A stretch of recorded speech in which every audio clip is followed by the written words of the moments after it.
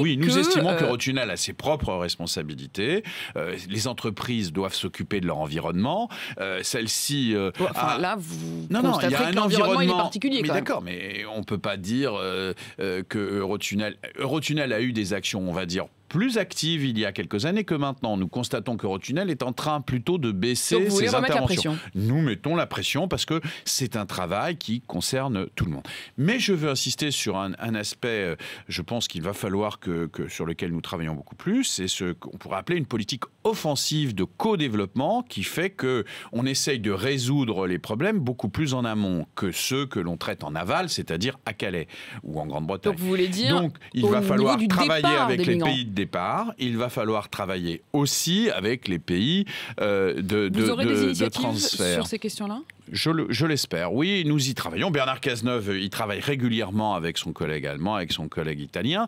Et nous voulons aller, effectivement, prendre en compte cette dimension et d'une façon beaucoup plus puissante que nous ne l'avons fait jusqu'à présent. Parce que, comme vous le savez, il y a un discours un peu classique, mais qui sont un peu restés des perles. Donc il faut s'interroger. Bernard Cazeneuve, il faisait référence hier dans ses déclarations. Sur une aide au développement sur place. Une politique de co-développement beaucoup plus offensive, beaucoup plus stratégique. On voit de plus en plus que nos problèmes intérieurs et les problèmes extérieurs sont totalement liés.